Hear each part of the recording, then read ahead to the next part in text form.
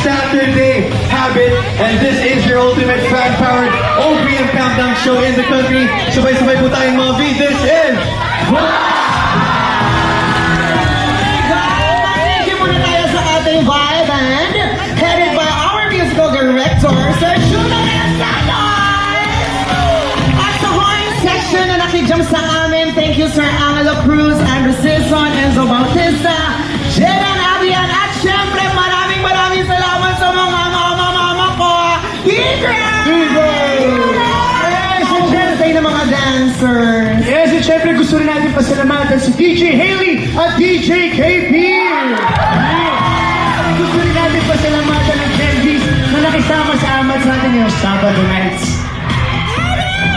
Yes! Oo nga, just to hello my family. Sorry, ngayon lang kasi sila nakaloon. Yes, dahil Sabado ang vibe natin. Ibubuan ba natin to? Ready na ba kayo mga bis sa mga pasabog natin tuwing Sabado? Kami ready na. Sagot namin ang kahit anong OPM amats nyo. Diba? Tama yan, Maxi! Mapa-novelty song, love song, rock, jazz, reggae, hip-hop, P-pop, at pop song pa yan. We got you covered, mga V. Mag-ingat! Grabe mga bis, nagustuhan nyo ba yung amats na yun? Ang lalakas ng amats nyo! Totoo yan, ibang klase, no? Ibang level ng energy talaga.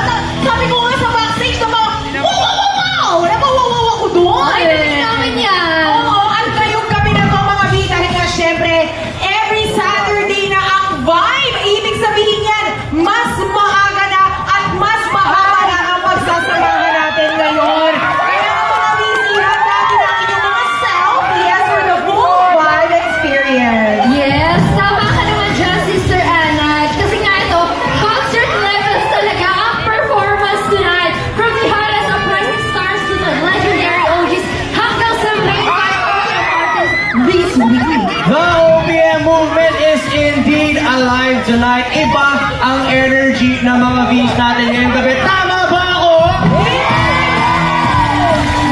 At ituloy ba natin ang amat sa mga V kasi tonight, 80s and 90s amat naman tayo with our OG icon. Oh my God, ang amas ng OPM ballads, the music OPM, and the voice of a generation. Here with us tonight is Miss Lily!